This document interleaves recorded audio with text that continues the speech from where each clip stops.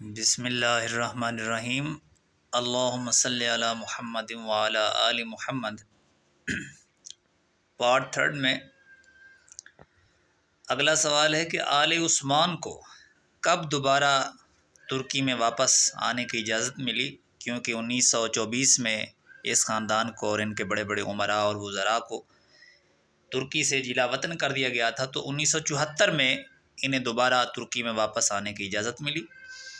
اگلا سوال ہے بر صغیر کی تاریخ میں کس مغل بادشاہ نے انگریزوں کو بدترین شکست دی؟ تو وہ اورنگزیب عالمگیر ہے، جنہوں نے 1886 سے 1890 تک جاری رہنے والی لڑائی کے اندر جو ہگلی اور بمبے کے مقام پہ برٹش آرمیز کے ساتھ ہوئی، انہیں بدترین شکست دی تھی۔ اگلا سوال ہے پانی پت کی دوسری جنگ جو ہے وہ کب اور کن کے درمیان ہوئی؟ تو یہ اکبر اعظم اور ہمیوں بکال جو کہ ہندو بادشاہ تھے جنہوں نے دلی پہ قبضہ کر لیا تھا، ان کے درمیان ہوئی تھی 1556 میں، اور اس میں ہمیوں بکال کو شکست ہوئی۔ اگلا سوال ہے جس سال امام احمد سرہندی رحمۃ اللہ علیہ مجدد الف ثانی پیدا ہوئے، اس سال کون سے مشہور انگریزی ادیب پیدا ہوئے ہیں؟ تو وہ ولیم شیکسپیئر ہیں، جو انگریزی زبان کے سب سے بڑے ادیب شمار ہوتے ہیں 1564 عیسوی میں۔ اگلا سوال ہے غبار خاطر کے مؤلف؟ تو وہ مولانا ابوالکلام آزاد رحمۃ اللہ علیہ ہیں۔ اگلا سوال ہے نہج البلاغہ کن کی تالیف ہے؟ تو یہ سید شریف رضی رحمۃ اللہ علیہ کی تالیف ہے، جس میں حضرت علی رضی اللہ تعالیٰ عنہ کے خطبات، مواعظ، وصایا وغیرہ ہیں۔ اگلا سوال ہے سوئز جو کینال ہے اس کو کس مصری صدر نے قومیہ لیا تھا؟ تو 1956 میں مصر کے جو صدر تھے جمال عبد الناصر، انہوں نے اسے قومیہ لیا تھا۔ اگلا سوال ہے عرب لیگ کب قائم ہوئی؟ تو 1945 میں۔ اگلا سوال ہے اورینٹلزم کے مصنف؟ وہ ایڈورڈ سعید فلسطینی اور عیسائی مصنف تھے۔ اگلا سوال ہے بلاد الرافدین؟ تو یہ ملک عراق کو کہا جاتا ہے، کیونکہ یہاں پر دجلہ اور فرات جو دریا جو ہیں وہ بہتے ہیں۔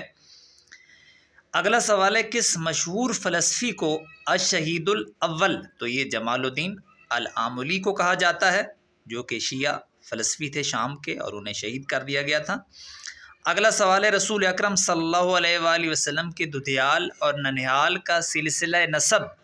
تو یہ جناب کلاب پہ ملتا ہے، کیونکہ آپ کا ددھیالی خاندان قصی تک اور ننہالی خاندان جو ہے وہ زہرہ تک، اور زہرہ اور قصی دونوں بھائی تھے اور جناب کلاب کے بیٹے تھے، تو کلاب پہ آپ کا یہ سلسلہ نسب ددھیالی اور ننہالیہ ملتا ہے۔ اگلا سوال ہے قحطانی اور عدنانی عرب ان کا سلسلہ نسب؟ تو وہ جناب سام پہ ملتا ہے۔ اگلا سوال ہے سیل العرم کب اور کہاں آیا تھا؟ تو یہ یمن کے اندر سد مارب، یعنی مارب کے نام کا جو بند تھا اس کے ٹوٹنے پہ تقریباً 440 عیسوی کے لگ بھگ یہ وہاں پر یمن کے اندر سیلاب آیا تھا۔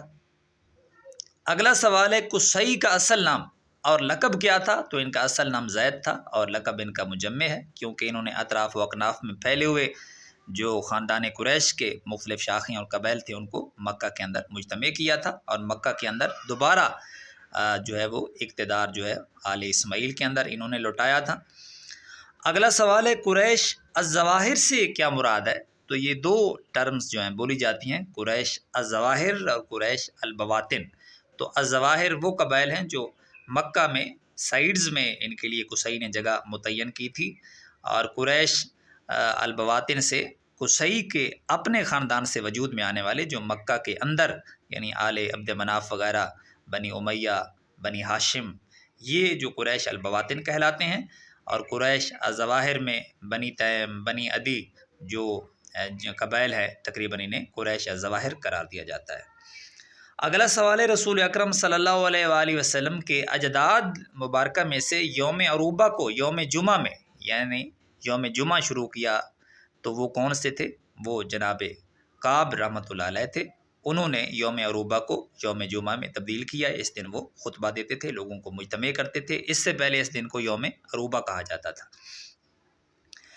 اگلا سوال ہے عشرہ مبشرہ میں رضوان اللہ علیہم اجمعین میں ابعد النسب النبی صلی اللہ علیہ وآلہ وسلم کون ہے، یعنی کون نسب میں آخر میں رسول اکرم صلی اللہ علیہ وآلہ وسلم سے ملتے ہیں، تو وہ حضرت ابو عبیدہ عامر بن عبداللہ الجرح رضی اللہ تعالی عنہ ہیں۔ ان کا نسب رسول اکرم صلی اللہ علیہ وآلہ وسلم سے آخر میں اور وہ جناب فہر پہ ملتا ہے۔ اگلا سوال ہے ازواج مطہرات رضوان اللہ علیہن وہ میں اقرب النسب جو ہیں وہ سیدہ ام حبیبہ رضی اللہ تعالی عنہا ہے۔ ان کا نسب رسول اکرم صلی اللہ علیہ وآلہ وسلم کے ساتھ قریب ترین ہے۔ اگلا سوال ہے حضرت عبد الرحمن بن عوف رضی اللہ تعالی عنہ کا تعلق کس خاندان سے ہے، تو ان کا تعلق خاندان قریش بنی زہرہ سے ہے، اور یہی خاندان رسول اکرم صلی اللہ علیہ وآلہ وسلم کا ننیالی خاندان ہے۔ اگلا سوال ہے سیدہ جویریہ کا نسب رسول اکرم صلی اللہ علیہ وآلہ وسلم سے کہاں ملتا ہے، تو اس کے بارے میں کیونکہ ان کا تعلق بنی مستلق سے، بنی مستلق جو ہے وہ خاندان بنی خزاع کی شاخ میں سے تھا، تو بنی خزاع کے بارے میں بعض مورخین انہیں آل اسماعیل میں شمار کرتے ہیں اور وہ جناب الیاس پہ ان کا نسب ملاتے ہیں۔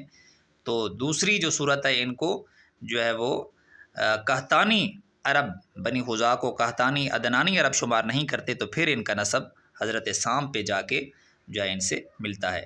یعنی اس کے بارے میں دو اقوال ہیں، یا تو اگر ان کو اسماعیلی خاندان میں سے شمار کریں تو ان کا جو نسب ہے وہ جناب الیاس پہ رسول اکرم صلی اللہ علیہ وآلہ وسلم سے ملتا ہے، اور اگر ان کو قحطانی جو عرب ہیں ان میں شمار کیا جائے تو پھر ان کا نسب حضرت سام پہ جا کے رسول اکرم صلی اللہ علیہ وآلہ وسلم سے ملتا ہے۔ اگلا سوال ہے امہات المومنین رضی اللہ تعالی عنہ میں دوسرے نمبر پہ کن کی اور کتنی روایات ہیں، تو وہ جناب سیدہ ام سلمہ رضی اللہ تعالی عنہ جن کا تعلق بنی مخزوم خاندان سے تھا، اور ان کی 378 جو ہیں وہ روایات ہیں۔ پہلے نمبر پہ جو روایات ہیں وہ سیدہ عائشہ رضی اللہ تعالی عنہ کی ہیں 2210۔ اگلا سوال ہے فقہ حنفی میں حج تمتع کی کتنی اقسام ہیں، تو فقہ حنفی میں حج تمتع کی 2 اقسام ہیں، یعنی ایک وہ حاجی ہے جو حج تمتع کرتا ہے اور ہدی لے جاتا ہے، اور ایک وہ حاجی ہے جو ہدی نہیں لے جاتا۔ اگلا سوال ہے وقوف عرفہ کے بعد جماع سے حج فاسد ہوگا یا نہیں اور کیا لازم آئے گا، تو وقوف عرفہ کے بعد حج جو ہے وہ جماع سے فاسد نہیں ہوگا، لیکن اس پہ دم جو ہے وہ اونٹ کا لازم آئے گا کیونکہ اس نے حج کے منافی کام کیا ہے۔ اگلا سوال ہے اصطلاح میں احرام کسے جو کہتے ہیں، تو اصطلاح میں اصل معنی جو احرام کا ہے وہ احرام کے 2 کپڑے پہننا نہیں ہے، بلکہ یہ ہے کہ جہاں آپ میقات میں جب آپ پہنچتے ہیں اور 2 نوافل اگر آپ کے پاس وقت ہے تو ادا کرتے ہیں، اور اس کے بعد نیت کرنی حج اور عمرے کی، اور نیت کر کے تلبیہ بولنے کو اصل میں اصطلاح میں احرام کہتے ہیں۔ اگلا سوال یہ ہے کہ حج میں کتنے اور کب خطبے ہوتے ہیں، تو حج میں 3 خطبے ہوتے ہیں، ایک 7 تاریخ کو ہوتا ہے، اور ایک 9 تاریخ کو ہوتا ہے، اور ایک 11 تاریخ کو ہوتا ہے۔ اگلا سوال ہے عورت کا کفن کتنے اور کون سے کپڑوں پر مشتمل ہوتا ہے، تو عورت کا جو کفن ہے وہ 5 کپڑوں پر مشتمل ہوتا ہے، اس میں ازار ہے، قمیص ہے، اور اسی طرح خمار ہے، خرقہ ہے اور لفافہ ہے۔ اگلا سوال ہے کہ فقہ حنفی کے ائمہ ثلاثہ میں کس کے نزدیک اذان فجر وقت سے پہلے دے سکتے ہیں، تو حضرت امام ابو یوسف رحمۃ اللہ علیہ کے نزدیک اذان وقت فجر سے پہلے دے سکتے ہیں، باقی اذان وقت سے پہلے نہیں دے سکتے۔ اگلا سوال ہے مذہب امام سفیان ثوری رحمۃ اللہ علیہ کی اساسی کتاب ان کی کتاب الجامع ہے۔ اگلا سوال ہے فقہائے 7 میں انصاری فقیہ جو ہیں وہ کون ہیں، فقہائے 7 میں حضرت خارجہ بن زید جو ہیں وہ انصاری فقیہ ہیں۔ اگلا سوال ہے امام بخاری کے نزدیک اصح الاسانید کون سی سند ہے، تو یہ مختلف ائمہ حدیث کے نزدیک مختلف جو روات کے سلسلے ہیں وہ اصح الاسانید کہے جاتے ہیں، تو امام بخاری رحمۃ اللہ علیہ کے نزدیک عن مالک عن نافع عن ابن عمر ہے۔ اگلا سوال ہے صحیح مسلم میں متکلم فی روات 160 ہیں۔ اگلا سوال ہے امام محمد نفس ذکی رحمۃ اللہ علیہ نے کب شہادت پائی، تو 145 ہجری میں انہوں نے خلیفہ منصور کے خلاف علم بغاوت جو ہے علم جہاد بلند کیا تھا، اور 145 ہجری کے اندر ان کی شہادت ہوئی۔